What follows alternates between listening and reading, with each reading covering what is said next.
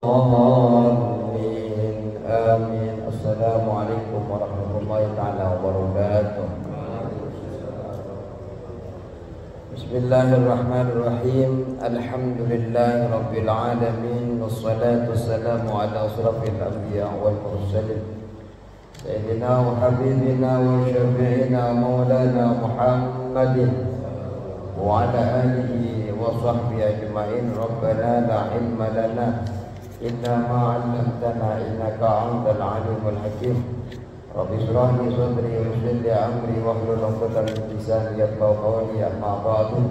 Yang kami hormati segenap para jamaah, ya alhamdulillah malam ini kita bisa bermujalasah bersama di majelis ilmu ini. Semoga awal dari majelis pertemuan ini membawa keberkahan bagi kita, juga memberikan keistiqomahan bagi kita.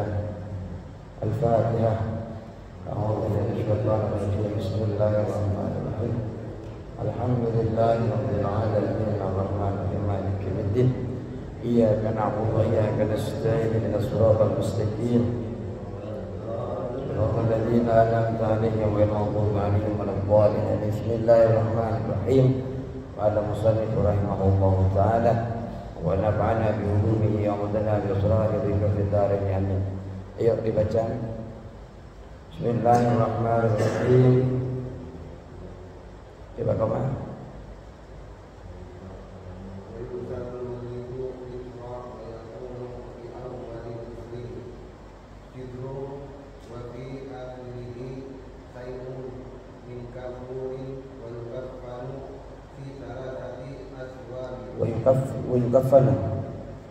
Wa yukaffanu dan dikafani siapa mayit.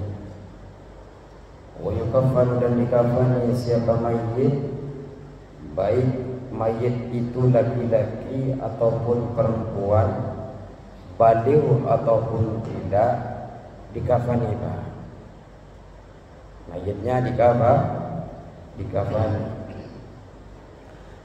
Berapa kafan yang perlu dikafani untuk mayit itu? Ayo. Wa yukaffanu dan dikafani siapa mayit, berapa kafan yang harus dikafani? Fi salasati aswabin, di dalam 3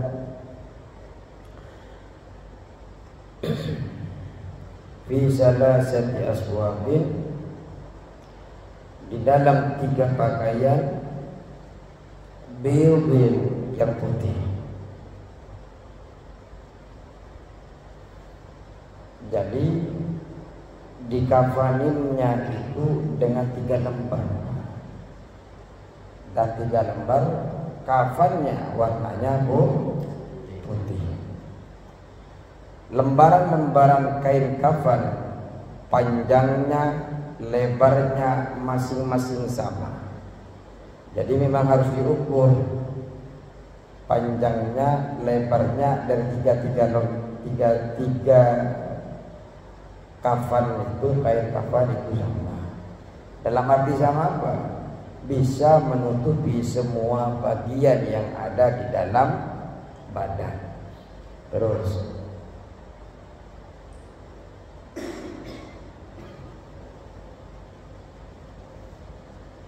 laisa fiha, laisa yang tidak ada atau tidak termasuk, laisa tidak termasuk, fiha di dalam salasa, qamisun apa baju kurung,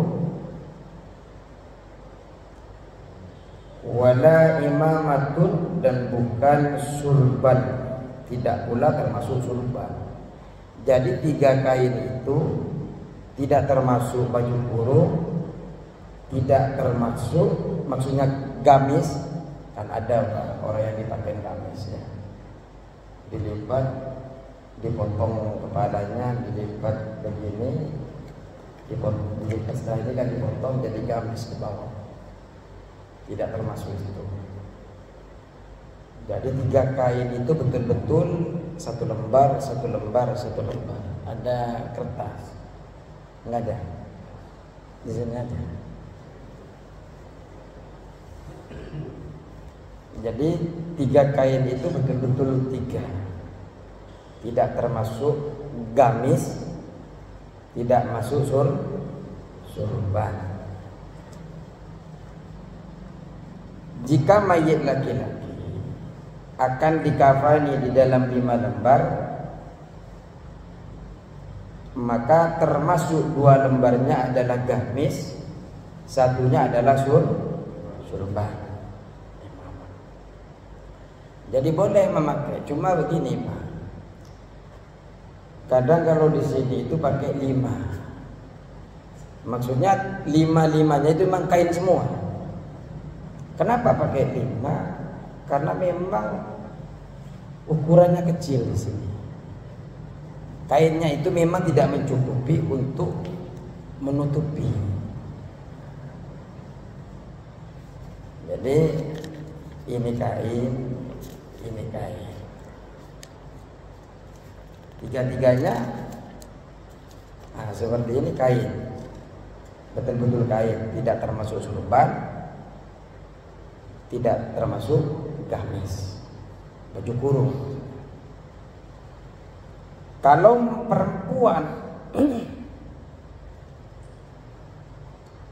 perempuan dikafani dengan 5 lembar, maka dengan pertama menggunakan izar. Izar itu Pak, yang menutupi dari perut sampai ke lutut. Apa namanya? Rok ya, jarit kata orang. Menutupin tuh. Jadi 3 lembar itu memang sudah termasuk. Nah, termasuk kain. Termasuk kain. Kain yang utama. Jadi caranya itu memang kain pertama itu diletakkan di tengah. Kain kedua, kain ketiga begini. Mayitnya nanti taruh seperti ini. Nanti mayitnya taruh di sini.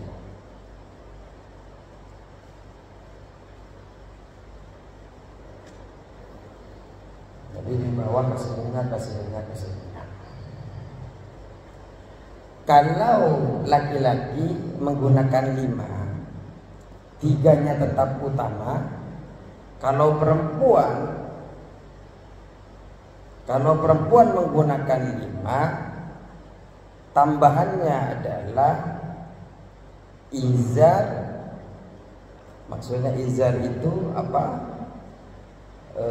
Kalau 5 ya, kalau 5 perempuan itu izar itu jarik antara penutup antara pusar sampai lutut. Kemudian yang kedua adalah kerudung. Itu 2. Jadi jarik, kerudung. Terus yang ketiga adalah khimar, baju kurung.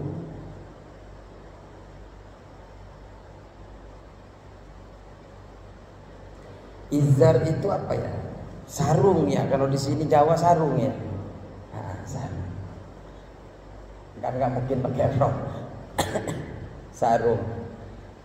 Jadi harus pakai sarung itu kalau pakai 5. Jadi 1 sarung, 2 kerudung, 3 gamis. Baru yang 2-nya adalah walifatani, 2 lapis. Jadi kalau perempuan seperti ini 2. Kalau laki-laki 3.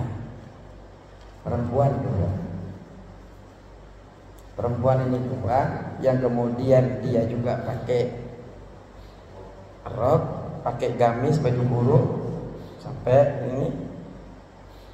Kemudian pakai kerudung. Itu sudah 5.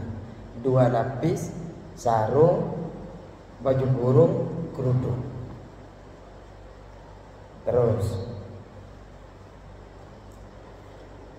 Sebenarnya kalau yang mau dimakna sudah selesai sebenarnya, cuma mungkin pembahasan.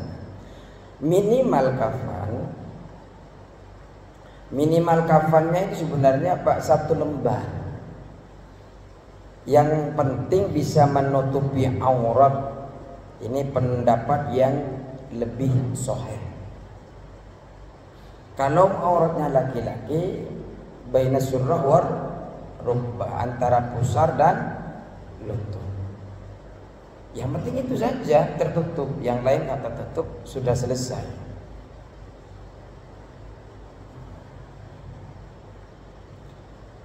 Itu menurut yang lebih asal dalam kitab Ar-Rawdah dan Syarat Al-Muhadzab.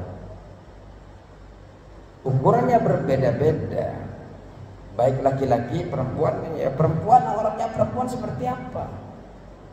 Itu. Kalau laki-laki kan surah war. Dan kemudian kafan ini diambil dari jenis kain yang bisa digunakan seseorang waktu hidup. Ya kain apa saja, yang penting warnanya putih. Karena memang menggunakan warna lain itu makruh.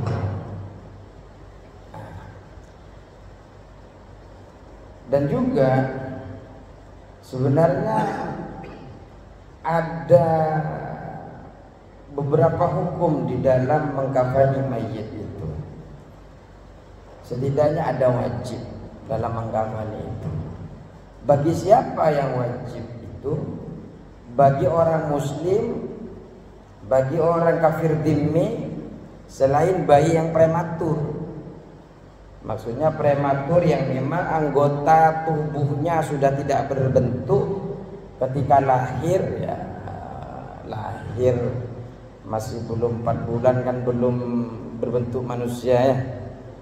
1 bulan, 2 bulan masih berbentuk daging, ini tidak wajib. Kalau masih berbentuk, ada tangannya, ada telinganya lengkap manusianya, maka hukumnya wajib untuk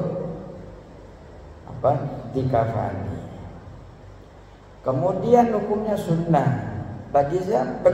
Bayi yang prematur yang anggota tubuhnya sudah tidak tampak, belum tampak maksudnya.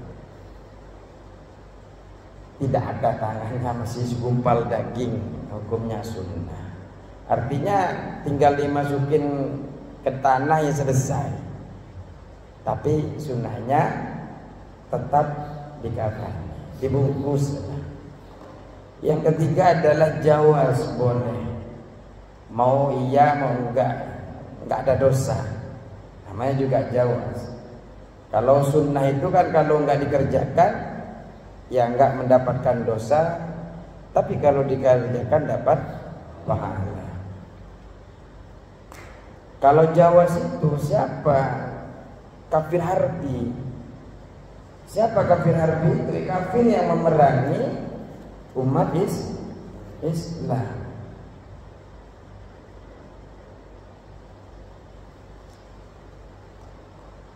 Sebenarnya kata kita tadi itu Pak, 1 kafan itu sebenarnya sudah cukup.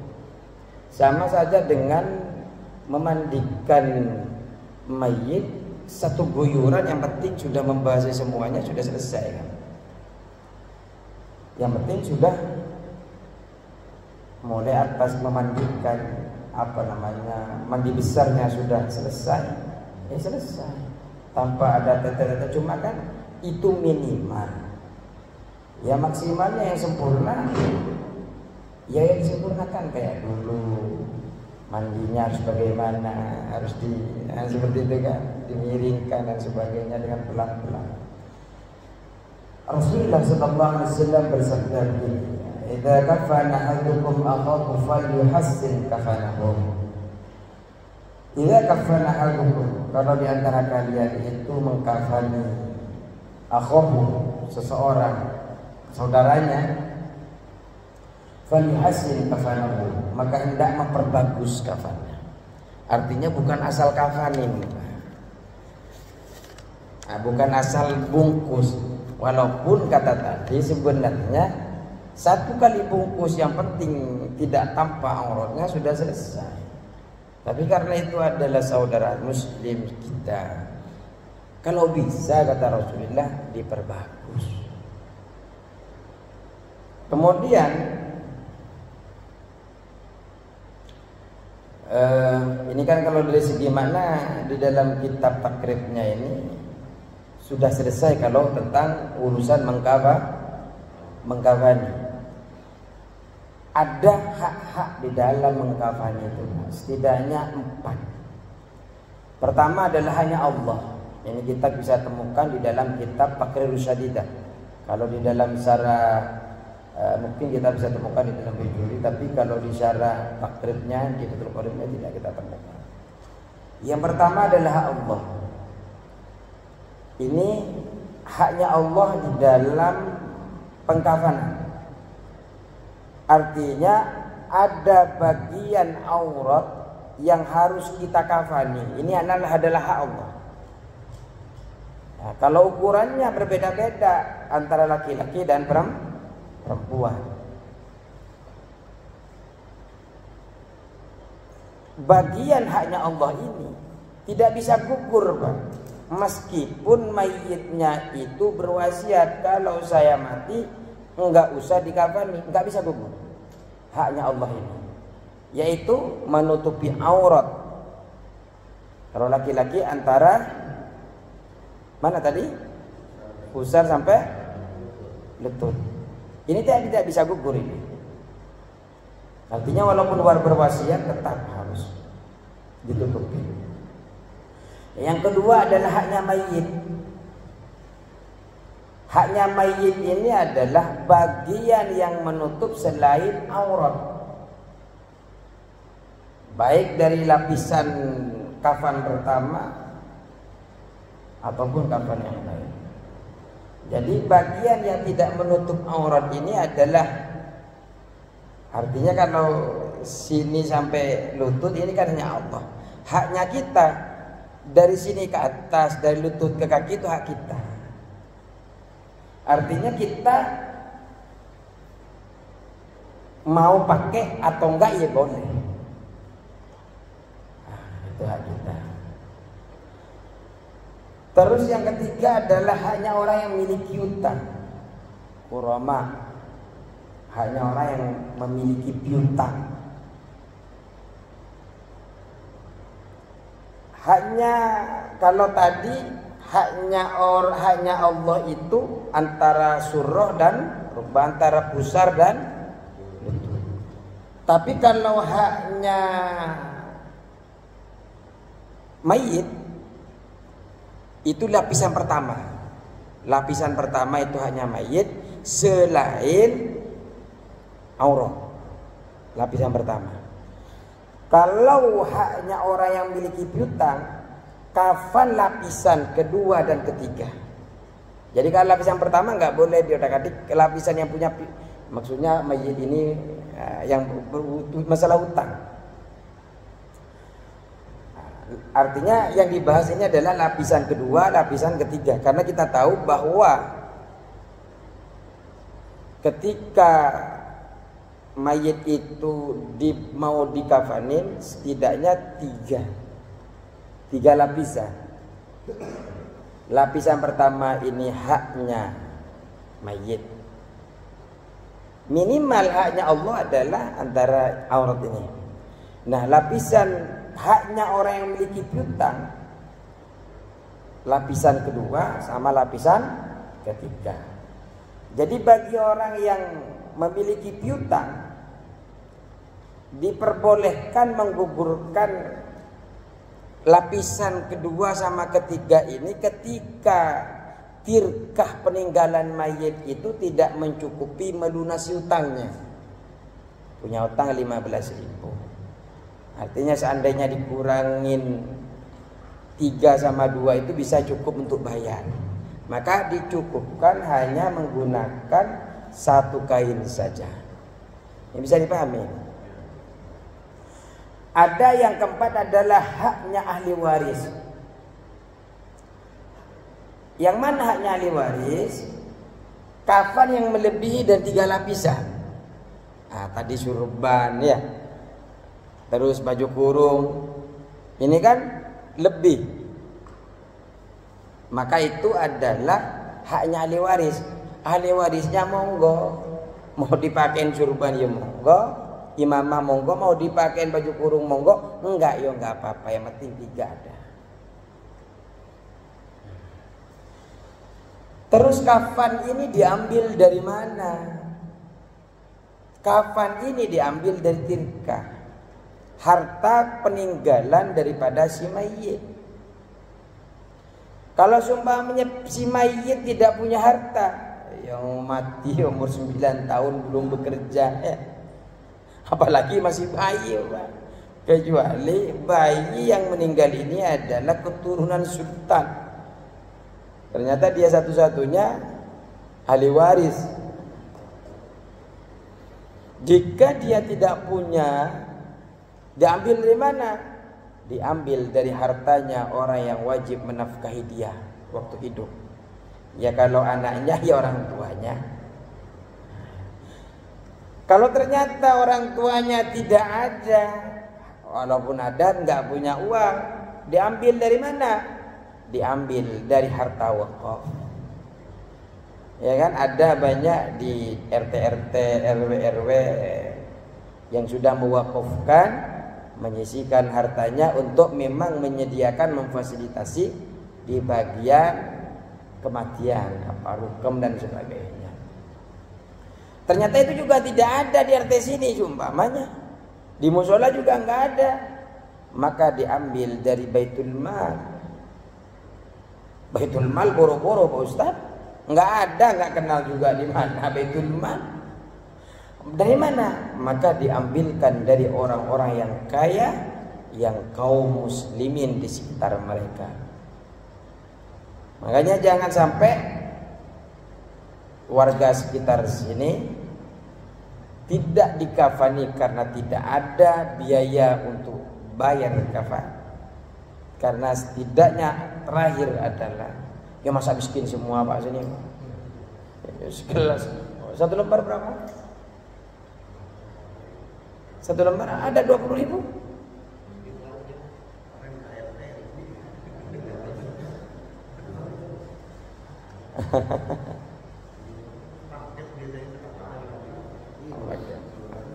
$200 mahal ya? Oh sepaket, artinya yang dianggaplah 200, 300 lah. Ya masa Pak urunan yang muslim nggak kuat yang kaya. Iya. Artinya kalau sudah tahu hukum begini, mau gerak itu kan tahu cara. Kemana kita harus gerak? Oh Baitul Mal nggak ada, orang tuanya nggak ada, wakaf nggak ada, Baitul Mal nggak ada, langsung cari donatur sekitar. Ya 10.000 ya dapatlah 200 ya. Kemudian ada tata cara mengkafani itu. Di antaranya tata cara mengkafani itu, Pak, memang ada cara-cara praktis itu. Meletakkan kapas yang telah diberi wangian itu kepada di antaranya lubang-lubang. Contohnya mata, lubang hidung, telinga, mulut, dubur. Itu dikasih kapas. Nah kapas ini biar tidak terlepas diikat nggak apa-apa, karena nanti itu kan begini. Rumahnya nih mayit ya, pakai 3 ya, pakai 3 lapis. Biasanya mayit itu sebelum dikafanin itu biasanya ketika diangkat itu kan, ketika kita angkat itu kan biasanya mayit itu sudah pakai jarikan, pakai kain. Nah begini kan, tahu ditaruh begini. Jadi biasanya dibuka dulu untuk apa? Menutup hidung apa ini itu nggak apa-apa, biar nggak lepas. Nah baru ini dirapikan. Dirapikan terus dibungkus betul-betul rakus. Ini dari sebelah kiri. Nah, yang tarik baju pertama, kain pertama yang tipis itu tinggal tarik dari belakang.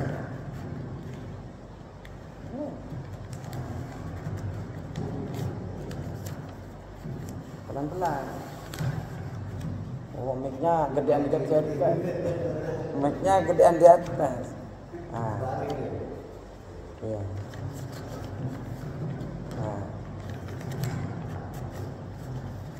Nah, pokoknya tarik dari kakinya pelan-pelan.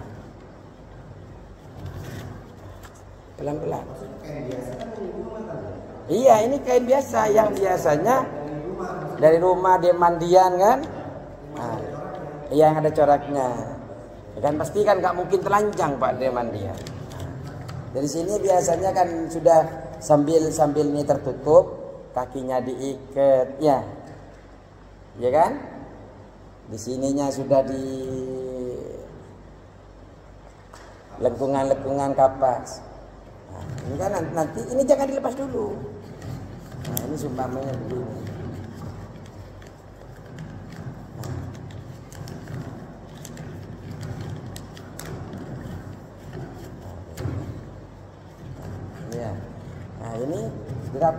Ini pertama. Dirapin dulu, Pak. Ini dirapin dulu. Maksudnya kain pertama ini yang di bawahnya dirapin dulu. Baru kain kedua. Nah, dimasukin lagi. Ya, baru kain ketiga. Setelah itu yang di sini tarik.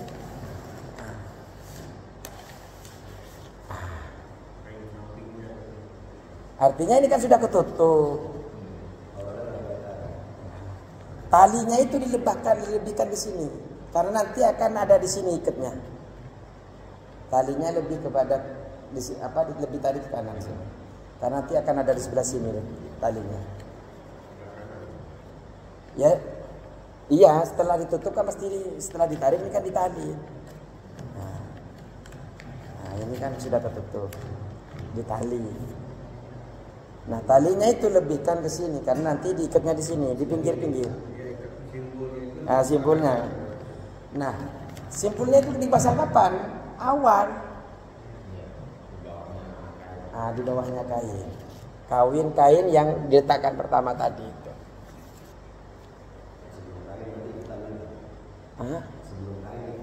Iya, ikatan dulu sekitar 5. Sebenarnya tidak ada sesuatu yang pakem harus 5, tidak. Terserah kebutuhan. Semakin tinggi kayak Pak Adi mungkin lebih banyak. Tapi Pak Adi ini sebenarnya hanya kelihatannya tinggi saja. Tapi kalau berbanding Pak Leman mungkin sama tingginya mungkin. Masih tinggian Pak Adi? Masa? Itu. Ini hanya contoh. Terus kain yang paling bagus itu kain yang paling bagus, paling lebar itu digelar pertama. Yang paling bagus. Nah, tapi kalau sekarang itu kan sampai 5, karena memang tidak mencukupi kadang. 3 ini memang tidak bisa menutupi karena kecil. Makanya sampai 5 ditambahin sampai 5 agar memang betul-betul bisa menutupin mayit. Jadi pada akhirnya akan berbentuk seperti ini kalau pakai 5. Maksudnya bukan 5 itu memang betul kain kafannya, bukan hanya sekedar gamis dan imamah. Kalau tadi kan kalau pakai 5, 3 kain kafan. Kalau laki-laki, kita bicara laki-laki, 3 kain kafan. Yang keempat adalah gamis, baju kurung. Ada gunting. Nah, biasanya kan begini Pak, kalau gamis itu. Ini kain ya kan? Nah, ini kan. Tinggal digunting sama jenengan Pak begini. Udah tinggal masukin mayitnya. Ini aja kepalanya. Tinggal masukin. Ya kan? Simple buatnya. Jadi segini. Pak, tinggal gunting. Cek. Nah, terus ya tinggal masukin. Ya.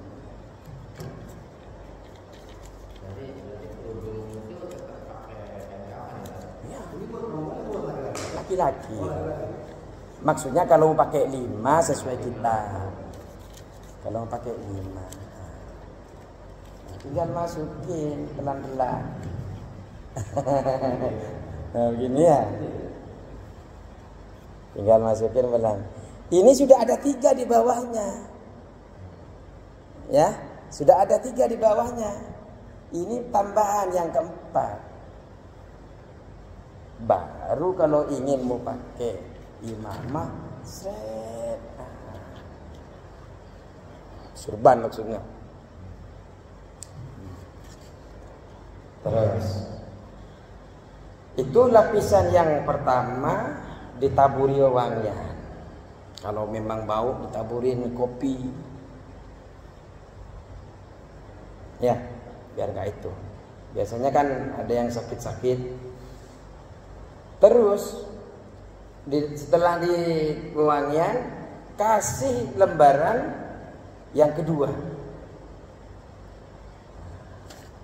Yang kedua. Lembaran pertama sudah, lembaran kedua sedikit miring di sini. Tapi tetap di bawah di sini mayit, tapi lebih condong di sini. Lembaran ketiga begini, lebih condong, lebih sedikit di sini tapi lebih banyak. Hujan.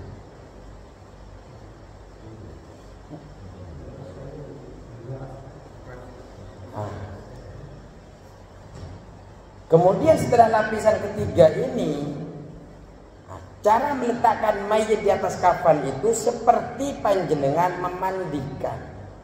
Biasa kan begini? Ya kan gotongnya kan seperti itu.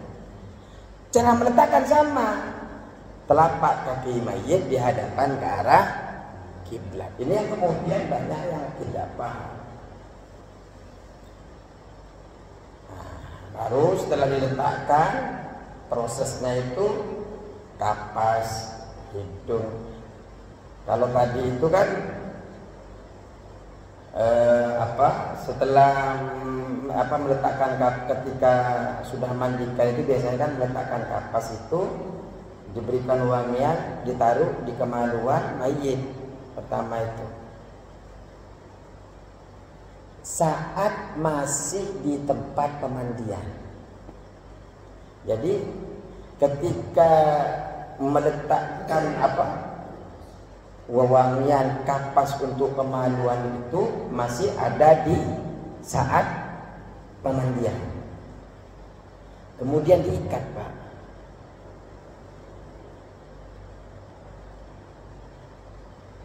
Jadi karena nanti setelah di pemandian itu disiapkan mandi setelah selesai, sebelum dibawa kemaluannya itu dikapas, diikat. Baru setelah itu yang paling lebar, yang paling bagus diletakkan pertama, dikasih wangian, kemudian yang kedua, lapisan kedua, kemudian lapisan ketiga. Baru digotong, kemudian setelah digotong, kapas pada hidung, hidung dikapasin. Terus kedua telinga juga dikapasin, seperti itu. Diikat, Pak. Tidak, agar kalau memang mau diikat, diikat. Nggak apa-apa. Untuk apa? Untuk pertama, agar ketika narik nggak ikut. Narik jarik tadi itu, kain yang tipis. Kemudian juga meletakkan kapas itu di telapak tangan kanan, juga sebegitu juga di telapak kiri. Kemudian juga meletakkan kapas pada lutut. Pokoknya persendian itu. Juga di dalam telapak tangan, meletakkan kapas juga di kedua lutut.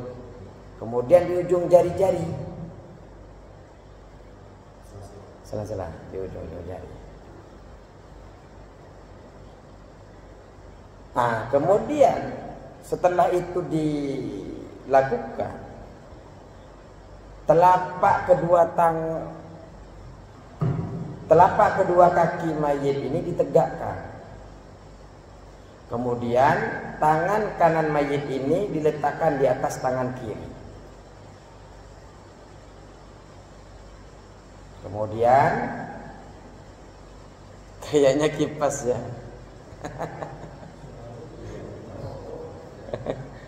Minum dulu.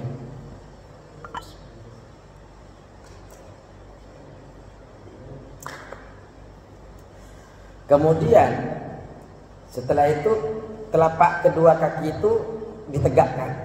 Makanya kan diikat. Diikat biar tegak. Diikat di sampul itu. Diikat. Setelah maksudnya jempol ketemu jempol itu ya. Setelah diikat, tangan kanan mayit ini diletakkan di atas tangan kiri. Cuma tetap diperbolehkan kalau memang mau diluruskan boleh. Tapi yang lainnya, artinya di dalam madzhab Syafi'i pun tidak ada tuntutan harus begini lurus boleh. Tapi memang yang paling bagus bisa dilipat. Disendekap. Nah, setelah itu selesai semua, maka mulai melipat dari lapisan pertama dari sebelah kiri. Dari pertama diletakkan itu. Dari sebelah kiri. Oh, dari sini berarti sebelah kiri. Kiri jenengan? Nah. Iya, dari sebelah kiri. Dari sebelah kiri dilipat ke sebelah kiri. Setelah dilipat ke sebelah kiri, baru sebelah kanan dirapiin Pak, jangan asal ngelipat, memang betul-betul dimasukkan ke dalam. Jadi kain itu memang ketika ngelipat itu memang betul begini Pak. Memang betul masukin begini, masukin ke dalamnya. Matiin aja nggak apa. Tarik aja Pak.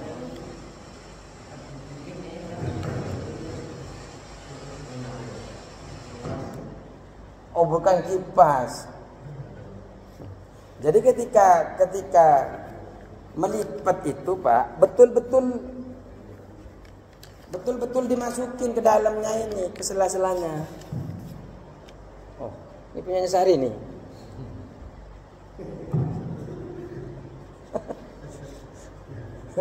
Nih, ketika dilipat, betul-betul dimasukin, Mbak, dirapiin betul.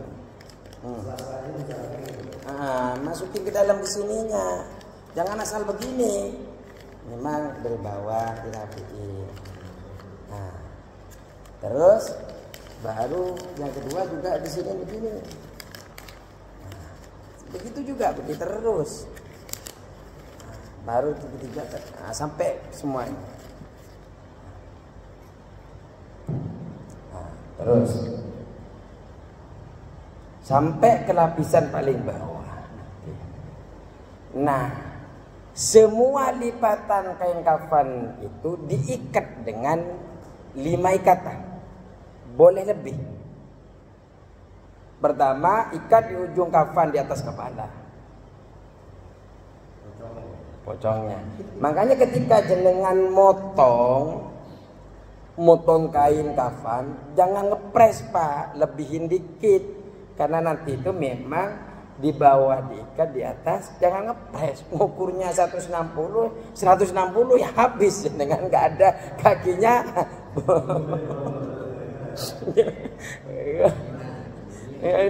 ini amatir yang motong.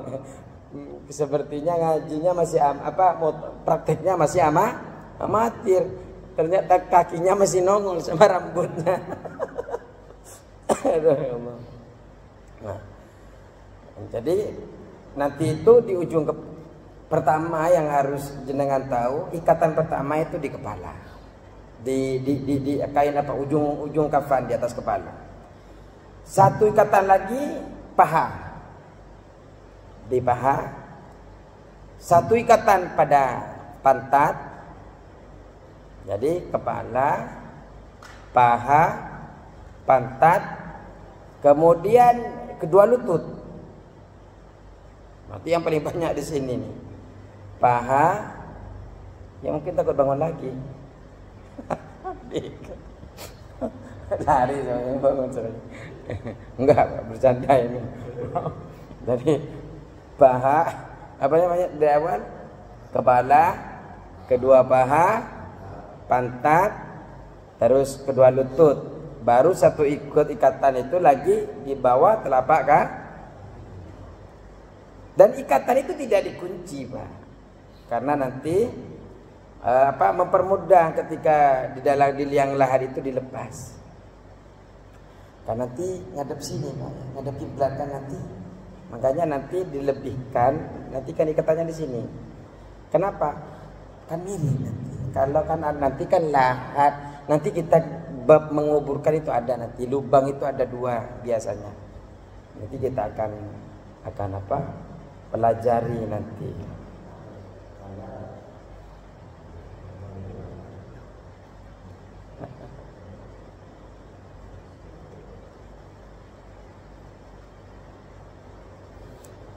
Ada permasalahan tentang kafan. Jadi kafan yang dicuci itu lebih utama dibandingkan kafan yang baru. Kalau memang ada kafan yang tidak terpakai, maksudnya dicuci, habis dicuci bekas umpamanya. Maksudnya bukan ya, maksudnya ada ya walaupun udah dipakai, kalau memang nggak jadi mati. Emang ada di kapan masih hidup lagi? Enggak, maksudnya ada yang baru dicuci kemudian itu enggak harus beli lagi baru, enggak perlu. Lebih utama. Kenapa? Karena mayit ini akan membusuk, Pak, dan akan mengeluarkan nanah. Dan lebih layak ketika memakai kain yang lama. Sedangkan yang baru pakai yang hidup saja. Yang lama pakaikan kepada mayit. Maksudnya yang hidup jangan disuruh mati, Pak. Maksudnya buat baju, buat kokoh. Tapi memang kainnya kayaknya beda ya. Bukan kain untuk baju ya. Kasihan. Seharusnya kain yang bagus juga, Pak. Tapi bukan sutra.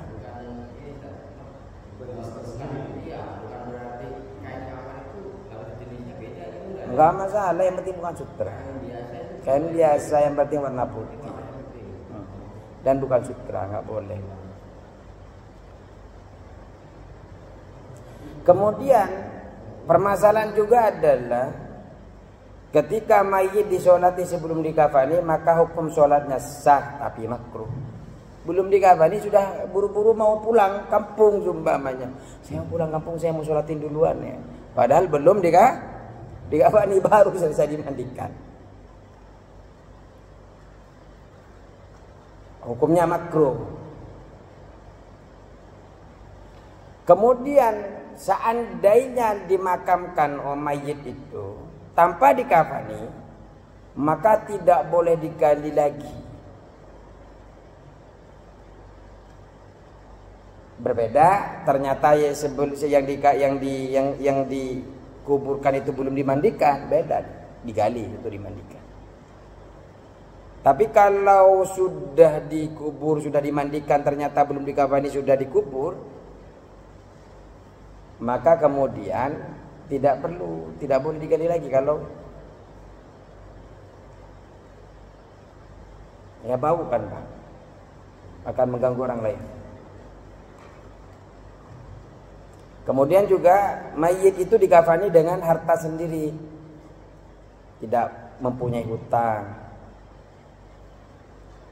Dan tidak, kalau punya hutang ya satu lapis saja, 2 lapisnya untuk, karena memang menjaga haknya Allah tadi itu. Hanya Allah adalah antara pusar dan itu. Dan nanti kita akan mempelajari tentang mengkuburkan mayit. Nanti juga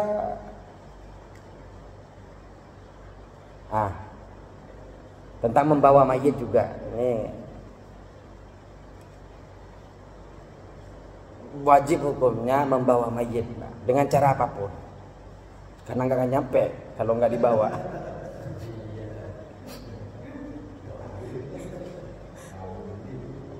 Biar nggak tegang. Ya. Tapi haram hukumnya membawa mayit itu dengan cara yang caranya tersebut melecehkan. Dengan cara apapun tapi bentuknya melecehkan itu haram. Atau membawa mayit yang dikhawatirkan jatuh itu juga haram. Jadi memang betul-betul dijaga mayit itu. Setidaknya itu ada beberapa cara dalam membawa mayit itu. Di antaranya adalah at-tarbi. Yang membawa mayit itu 4 orang. Masing-masing membawa ujung keranda. Depan 2, belakang. Ini biasanya lumrah ya. Ini lumrahnya kan. Enggak ada yang bawa satu begini kan. 2, belakang 2. Namanya at-tarbi. Kalau memang tidak mampu, maka boleh 6 orang. Ya sama. Jika belum mampu lagi, boleh 8 orang. Sumpamanya sudah gemuk, perutnya besar. Kalau saya bukan gemuk, kata Pak Adi, cuma buncit saja. Kata anaknya Pak Adi, cuma buncit saja. Itu yang pertama. Yang kedua, mayit itu diletakkan di antara 2 kayu. Diletakkan di antara 2 kayu. Dan ini cara yang lebih utama sebenarnya. Maksudnya apa? Keranda ini dibawa oleh 3 orang. 1 orang berada di depan dengan cara memikul 2 ujung kayu. Bagian yang di depan itu keranda ini yang satu ada di depan dengan cara memegang dua pegangan itu ya, ujung kayu.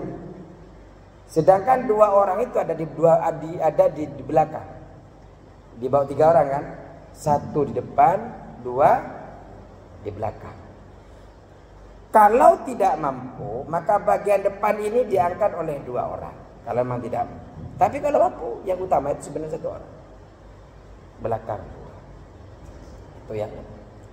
Kemudian juga di dalam mengiring-iringi jenazah, sunnah berjalan kaki dan mendekat pada mayit yang ngiring-ngiring jenazah itu.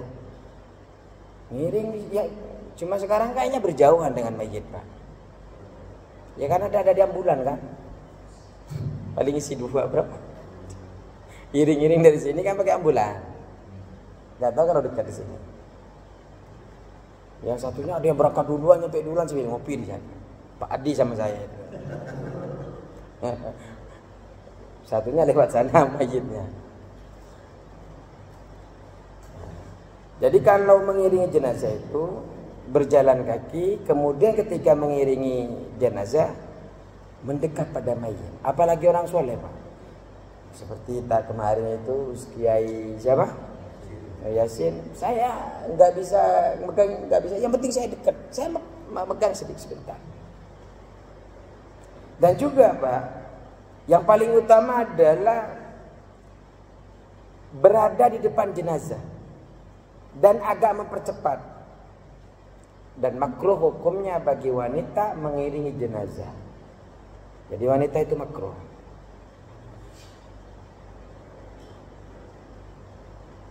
Dan sebenarnya apa?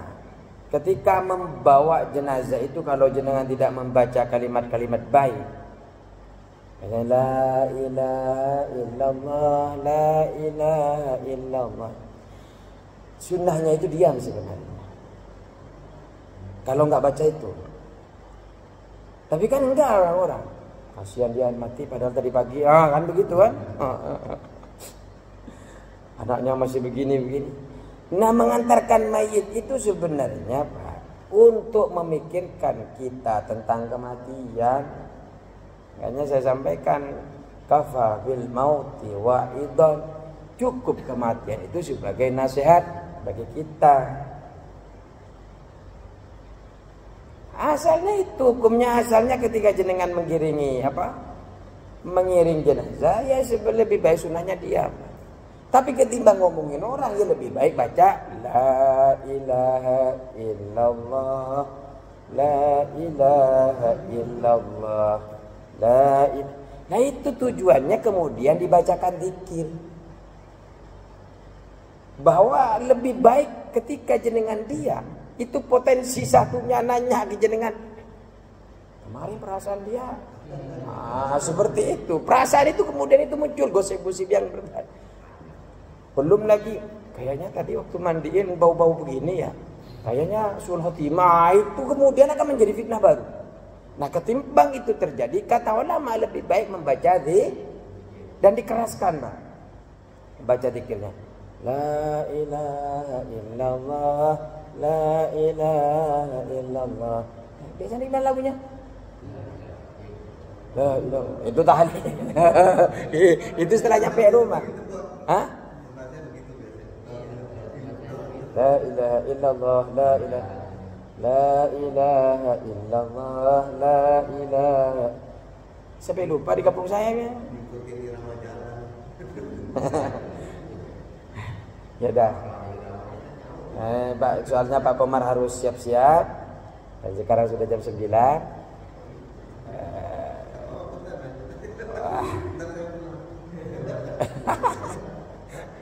Ya ketimbang saya ditinggal, lebih baik kita duduk di luar bersama-sama. Cukup sekian sudah, takut mengganggu tetangga.